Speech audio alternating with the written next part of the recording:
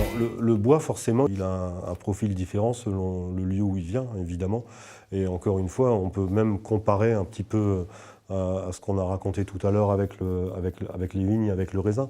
Il est bien évident qu'en général, il y a une notion parcellaire dans les forêts. Et d'ailleurs, il y a des parcelles extrêmement célèbres. Tout le monde connaît les vertus de la forêt de Troncé. Tout le monde connaît les vertus de la forêt de Jupy. Enfin, il y en a plein.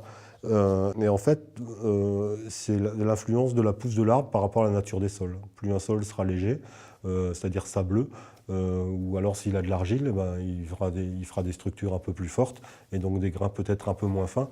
Donc ça, c'est extrêmement important, ouais, sur les vins. Ensuite, il y a la notion de séchage qui est très importante aussi. Mais il faut dire qu'aujourd'hui, on essaye davantage de déterminer des styles de qualité de grain plutôt que des origines. Parce que, en fait, si toutes les barriques qui étaient vendues sous l'appellation Troncé venaient de Troncé, il y a longtemps que cette pauvre forêt, elle n'existerait plus. Donc on nous balade un petit peu avec ces histoires-là. La traçabilité chez les tonneliers, c'est pas toujours très évident. Mais par contre, qu'importe, du moment qu'on arrive à avoir à être livré du style de bois qu'on recherche. Donc on dirait que, par exemple, la forêt de Troncé, elle fait des arbres avec des grains très très fins, mais ce sont des bois qui sont très très structurants. Et un vin léger, il ne sera pas bien élevé dans une barrique venant de cette forêt-là parce qu'elle est trop forte pour lui, elle aura tendance à l'emporter sur le vin. La forêt de Jupy, par exemple, elle fera des choses beaucoup plus souples, beaucoup plus sensuelles. Donc voilà, en fait, il y a des influences. Aujourd'hui, c'est quand même assez intéressant parce qu'il y a un partenariat, il y a un échange, il y a un travail de communication, de recherche avec le tonnelier qui est extraordinaire. Et on arrive vraiment bien à avancer. Nous, ici, en fait, on a plusieurs tonneliers. La semaine dernière, on a fait une dégustation à l'aveugle où on mettait un peu toutes les barriques et où moi, j'ai exprimé un peu mes besoins, ma recherche. Et ensuite, on a goûté les barriques et puis on les a un peu décortiquées une par une.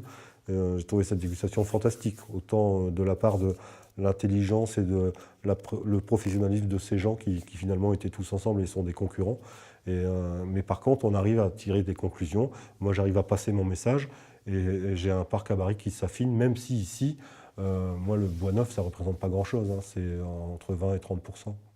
Le chêne américain, justement, leurs forêts ne sont pas gérées comme les nôtres, ce n'est pas le même climat, ce n'est pas les mêmes sols. Donc la différence du chêne américain, c'est d'abord, ce n'est pas la même variété de chêne. Et en plus, ce sont des chênes qui poussent plus vite, qui ont des grains, donc des tanins qui sont beaucoup plus grossiers et qui développent aussi des arômes très très différents, des arômes très très exotiques, très coco, très vanillés.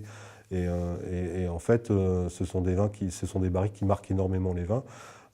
Qui ont leur histoire et qui ont leur style aussi, hein. Par exemple, elles sont très célèbres en Espagne. On a souvent des vins espagnols qui sont élevés très longtemps dans ces barriques-là et qui développent un goût qui vient peut-être même qui est davantage marqué par cet élevage, par ce choix d'élevage qui est devenu une tradition que par le vin à l'origine lui-même.